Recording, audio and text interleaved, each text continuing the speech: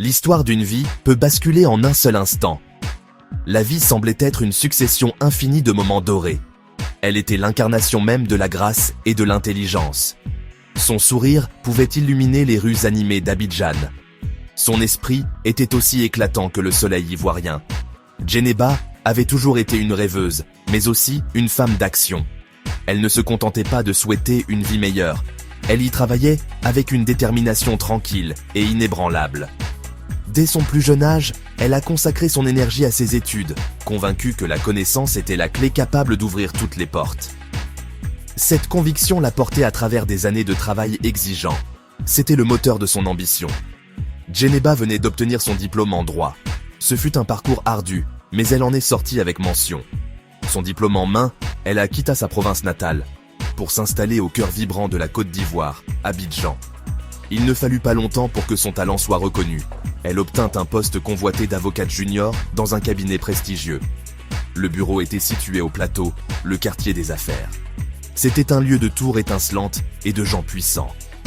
Djeneba sentait qu'elle était exactement là où elle devait être. Sa vie professionnelle était un triomphe. Mais sa vie personnelle s'épanouissait également de la plus belle des manières. Elle avait rencontré un homme nommé Kouadio. Ce n'était pas n'importe quel homme. Kouadio était un homme d'affaires prospère et influent, connu pour son esprit vif et ses costumes encore plus élégants. Mais auprès de Djeneba, il était doux et gentil. Il était complètement captivé par son intelligence, sa beauté et son esprit. Il l'aimait profondément et il s'assurait qu'elle le sache chaque jour. Leur histoire d'amour ressemblait à un conte de fées, une parfaite harmonie entre le cœur et l'esprit que tout le monde admirait. La brillante jeune avocate et le puissant homme d'affaires. Ensemble, ils étaient l'image du succès et du bonheur. Ils envisageaient un avenir rempli d'amour, de famille et de rêves partagés. La vie de Djeneba semblait parfaite. C'était une vie qu'elle avait soigneusement et amoureusement construite elle-même, brique par brique. Elle était au sommet du monde, baignée dans la chaude lumière de ses réalisations. Mais parfois, les lumières les plus brillantes projettent les ombres les plus sombres. Et Djeneba était sur le point de découvrir que sa lumière aveuglait quelqu'un de très proche d'elle. Chaque famille a sa propre dynamique, ses propres courants d'amour et de tension. Dans la famille de Djeneba, le courant le plus fort circulait entre elle et sa sœur aînée, Hawa. Hawa était toujours là. Elle rendait visite à Djeneba dans son bel appartement neuf. Elle apportait de petits cadeaux et offrait des mots d'encouragement. Je suis si fière de toi, ma petite sœur. Vraiment. Elle affichait son large sourire exercé et disait à Djeneba à quel point elle était fière. Hawa jouait parfaitement le rôle de la sœur aînée compréhensive. Mais sous la surface des sourires d'Hawa, une autre histoire s'écrivait. C'était une histoire d'envie. Hawa ne voyait pas le succès de Djeneba comme une joie partagée, mais comme un échec personnel. Elle voyait la belle vie de sa sœur, son travail prestigieux, son partenaire aimant et aisé, et elle ressentait une piqûre amère. Pourquoi elle? Pourquoi tout lui venait-il si facilement? Cette question résonnait dans les chambres silencieuses du cœur d'Hawa. Djeneba était ouverte, confiante, pleine de lumière. Elle croyait en la bonté des gens, surtout de sa propre famille. Elle n'avait aucune raison de soupçonner le contraire. Hawa, en revanche, devenait une créature d'ombre et de secret. Elle regardait sa propre vie, qui lui semblait stagnante et terne. Puis, celle de Djeneba, un tourbillon d'excitation et de progrès. La comparaison était un poison qu'elle buvait chaque jour. Cette jalousie cachée était une maladie dans l'âme d'Hawa. C'était une graine sombre qui avait été plantée. Et elle commençait maintenant à germer. Si je ne peux pas atteindre son niveau, alors je la rabaisserai au mien. Elle décida que si elle ne pouvait pas atteindre le niveau de Djeneba, elle devrait rabaisser Djeneba au sien. Hawa décida de chercher de l'aide, non pas auprès d'amis ou de la famille, mais auprès d'un pouvoir différent, beaucoup plus ancien. Elle se tournerait vers le monde des ombres, vers les traditions ancestrales du fétiche, de la sorcellerie. C'est merveilleux, ma petite sœur. Je suis si fière de toi. La nouvelle de la promotion de Djeneba a retenti comme un coup de tonnerre dans la vie tranquille et ordinaire d'Hawa. Les mots étaient comme de la cendre dans sa bouche. En raccrochant, le faux sourire s'est effacé. J'ai vu cette femme, Hawa, de nombreuses fois. Elle venait à mon étal, mais elle achetait rarement quoi que ce soit. Ses yeux étaient affamés, mais pas de nourriture. Qu'est-ce qui trouble si profondément ton âme, mon enfant? Ma sœur, elle a tout. Son succès, c'est comme une malédiction sur moi. Je sais que lorsque l'envie prend racine, elle peut mener une personne à la folie. Murmurant. Il y a un homme, Ousmane. Il vit près de l'ancienne carrière. Il comprend le monde invisible. Je n'ai fait qu'offrir un chemin. Je n'aurais jamais cru qu'elle irait si loin. Chauffeur, s'il vous plaît, je dois aller dans le quartier près de l'ancienne carrière. L'ancienne carrière?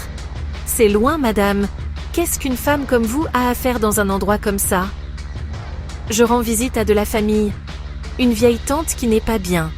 Sceptique. Si vous le dites. Mais soyez prudente là-bas. Après le coucher du soleil, c'est un endroit où les ombres marchent. L'enceinte d'Ousmane n'était pas ce qu'Awa avait imaginé. L'air, cependant, était différent ici. Il était lourd, épais. Tu as parcouru un long chemin. Le sentier que tu suis est celui de la tristesse. Qu'est-ce qui t'amène à la maison d'Ousmane? J'ai besoin d'aide. Il y a une personne, ma sœur. Elle a tout. Son succès brille trop fort. Il jette une ombre sur ma vie. Je veux que la lumière s'atténue. Tu ne veux pas que sa lumière s'atténue. Tu veux qu'elle s'éteigne. Ne mens pas ici. Les esprits n'aiment pas les mensonges. Tu veux la voir tomber, n'est-ce pas la vérité? Awa, éclatant. Oui, c'est la vérité. Je veux qu'elle sache ce que ça fait de n'avoir rien. Ou Ousmane. J'aurais besoin d'un objet personnel, une photographie et un paiement pour les sacrifices. Je créerai une barrière spirituelle qui transformera sa bonne fortune en une série de malheurs. Awa accepta sans hésiter son désespoir, l'emportant sur tout sentiment persistant de moralité ou de peur. Oh Awa, je suis tellement nerveuse, mais aussi tellement excitée. Cette présentation représente tout. Monsieur Dubois du bureau de Paris arrive en avion juste pour ça. Tu seras merveilleuse, petite sœur. Tu es toujours si bien préparée. Laisse-moi t'aider avec tes diapositives. Elle cliqua sur la diapositive suivante, et quelque chose n'allait pas. La présentation dérailla. Elle dut expliquer des projections financières complexes et des cadres juridiques de mémoire, trébuchant sur ces mots. Une petite fissure apparaissait dans le verre lisse de sa vie parfaite. La présentation désastreuse n'était que le début. Dans les jours qui suivirent, un étrange nuage de malchance sembla s'abattre sur Djeneba. « Mon amour, tu as l'air fatigué. Tout va bien au travail? Je ne sais pas, Quadio. C'est étrange. J'ai l'impression que je ne peux rien faire sans que quelque chose ne tourne mal. C'est comme si j'avais de la malchance tout d'un coup. Ne sois pas bête, ma brillante Djeneba. Tu as juste une semaine stressante. Ça passera. » Djeneba, cette erreur a coûté cher à l'entreprise. Je n'ai pas d'autre choix que de vous mettre en période d'essai. La perte financière pour l'entreprise a été importante. Avec Quadio, les choses n'allaient pas si bien, et il avait changé envers elle, lui qui était si compréhensif. « Je ne te reconnais plus, Djeneba. Ce drame constant. J'ai besoin d'espace. » Je l'ai entendu crier, parlant de confiance et de comportements étranges. Il est parti en voiture, et elle est restée là, regardant ses feux arrière disparaître. Alors que Djeneba touchait le fond, Awa est apparu à sa porte. Son sens du timing était, comme toujours, impeccable. Djeneba, entrant en sanglots chez sa sœur, n'attendit pas de s'asseoir pour lui relater ce qu'elle subissait. « Il est parti, Awa. Quadio m'a quitté. Et le travail? Ils vont me virer. Tout s'écroule, et je ne sais pas pourquoi. J'ai l'impression d'être maudite. » La serrant, un regard triomphant fugace par-dessus son épaule, Awa dit « Chut, ma petite sœur, tu n'es pas maudite. Tu traverses juste une période difficile. Je suis là pour toi. » Elle savait qu'elle venait de sceller le destin du dernier pilier soutenant la vie de Djeneba, sa maison. Son patron, Mr. Traoré, fatigué de ses mauvaises performances soudaines, lui dit « Je suis désolé, Djeneba. L'entreprise ne peut plus se permettre ses erreurs. » Juste comme ça, la carrière dans laquelle elle avait mis tout son cœur et toute son âme était terminée. Virer. Le mot résonne dans ma tête. Qui suis-je maintenant? Juste Djeneba, au chômage. Un échec. Ses économies avaient diminué à une vitesse terrifiante. Elle avait 2 semaines pour quitter les lieux. Et ses voisins étaient étonnés de la tournure rapide qu'avait pris ce changement soudain. Nous avons tous vu le camion de déménagement. Pièce par pièce, sa vie a été chargée sur ce camion et emportée. La mère, Djeneba, avait le visage de pierre. Pas de larmes. Juste un regard vide, creux. Djeneba, dans le désespoir, appela la seule personne qui pour elle pouvait l'aider. « Hawa, s'il te plaît, on a été expulsés. Kani et moi n'avons nulle part où aller. Pouvons-nous rester chez toi, juste un petit moment ?» Hawa lui répondit la voix pleine de faux regrets. « Oh, Djeneba, je suis tellement désolé. Mon propriétaire a une politique stricte.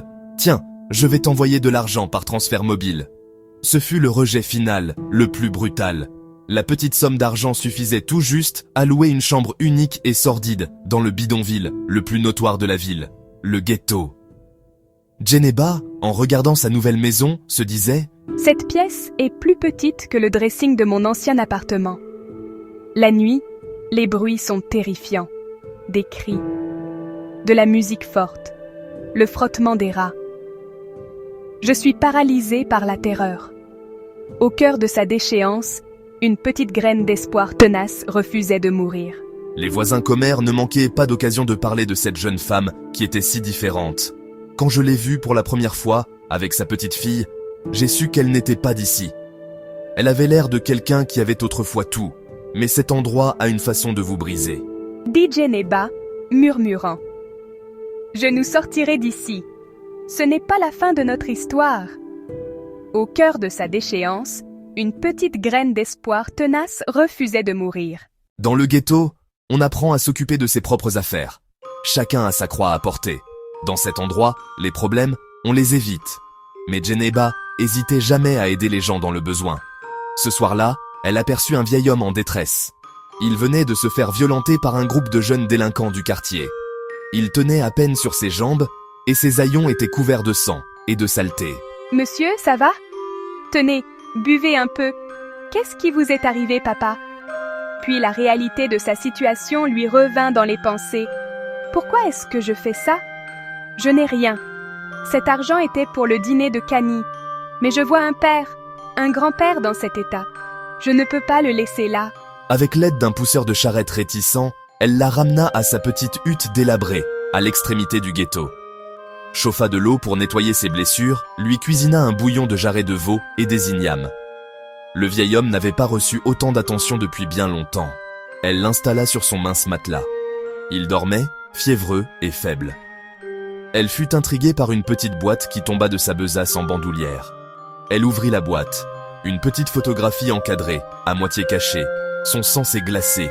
Comment avait-il obtenu cette photo? Pourquoi? Quand? Elle ne le connaissait que depuis 2 heures. C'était la photo que sa sœur Hawa avait volée. Au petit matin, Djeneba brûlait d'avoir des réponses claires à ses questions. Le vieux, dont l'esprit était doté d'un pouvoir divinatoire, connaissait su que Djeneba avait l'esprit troublé par sa découverte. Ce n'était pas de la malchance. C'était un acte délibéré. « Toi, c'était toi. Tu as tout pris. » Elle voulait crier, gronder. Mais ensuite, elle regarda son visage, paisible, frêle, fragile et vieux. « Ta sœur, elle s'appelle Hawa. Elle est venue me voir. Son cœur était noir d'une jalousie si forte qu'elle empoisonnait l'air autour d'elle. »« Pourquoi? Pourquoi avez-vous fait ça? Vous avez détruit ma vie. J'étais un fou. Je n'ai vu que son désespoir et mon propre besoin. Mais ton cas, il m'a hanté. Ta gentillesse envers moi aujourd'hui, c'est un signe. » Par signe de reconnaissance, le vieil homme décida de remercier Djeneba pour sa gentillesse. Il ne s'agit pas de vengeance, ma fille. Il s'agit de justice. La malédiction doit être renvoyée à sa source. Sa confession est la clé de sa guérison et de ta liberté. Fais-le, répondit Djeneba avec des larmes aux yeux. Elle brûlait de colère, sa sœur, celle qui avait toujours été là. Elle est toujours si gentille.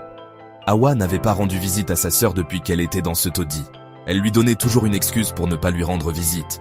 Tout était à présent clair dans les pensées de Djeneba. Hawa était jalouse. Elle comprenait à présent pourquoi Kwadio avait mis fin à leur relation pour si peu. Djeneba pleura pendant des heures. La douleur était si grande. La trahison de Hawa était plus qu'un poignard dans le dos. Cette nuit-là, Ousmane, avec une nouvelle force apparemment née d'un but, accomplit son contre-rituel. À des kilomètres de là, dans son confortable appartement, Hawa se réveilla avec une douleur vive et lancinante. Elle fit un songe où ses ailes vit le vieil homme gronder. Il lui dit qu'elle devait demander pardon à sa sœur si elle voulait vivre. Les jours qui suivaient, elle avait des hallucinations visuelles. Un serpent était constamment devant elle. La voix tremblante Hawa l'appela. Djeneba. Pardonne-moi, je suis tellement désolée. C'était moi, la jalousie, le féticheur, j'ai tout détruit. J'entends tes mots, Hawa. Je ne sais pas si je pourrai un jour pardonner, mais je ne souhaite pas que tu meures. Vis, guéris. Après la tempête de la confession et d'un pardon fragile, un calme étrange s'était installé dans sa vie. 3 mois après, elle reçut un coup de fil qui lui redonna le joli sourire qu'elle avait perdu. Madame Djeneba, nous avons commis une terrible erreur. Le conseil d'administration a approuvé un important ensemble d'indemnités financières. Mais plus que cela, nous avons besoin de vous. Nous aimerions vous offrir le poste de directrice de la division des projets spéciaux. Vous auriez une autonomie totale. S'il vous plaît, considérez notre offre. Djeneba n'en revenait pas. Directrice ? Moi ? Son premier acte en tant que directrice a été d'utiliser une partie de sa compensation financière pour quitter le ghetto. La joie qui revenait dans les yeux de Kani était la seule récompense dont Djeneba avait vraiment besoin. Au travail, elle était brillante. Elle parvint à redresser la division en difficulté en un temps record. Elle assurait des missions à l'étranger et pour le grand bien de Kani, elle fut envoyée dans une école d'élite en Suisse. Un jour, elle reçut l'appel de Quadio. Djeneba. J'ai entendu ce qui s'est passé. J'ai tellement honte. J'ai été un imbécile. Puis-je te voir ? Pouvons-nous recommencer ? Nous étions toutes les deux perdues dans cette tempête, Quadio. Je te pardonne. Peut-être. Commençons par un café. Sa chute avait été catastrophique, mais sa renaissance a été magnifique. Elle était descendue en enfer et en est ressortie, non pas indemne, mais entière et plus puissante qu'avant.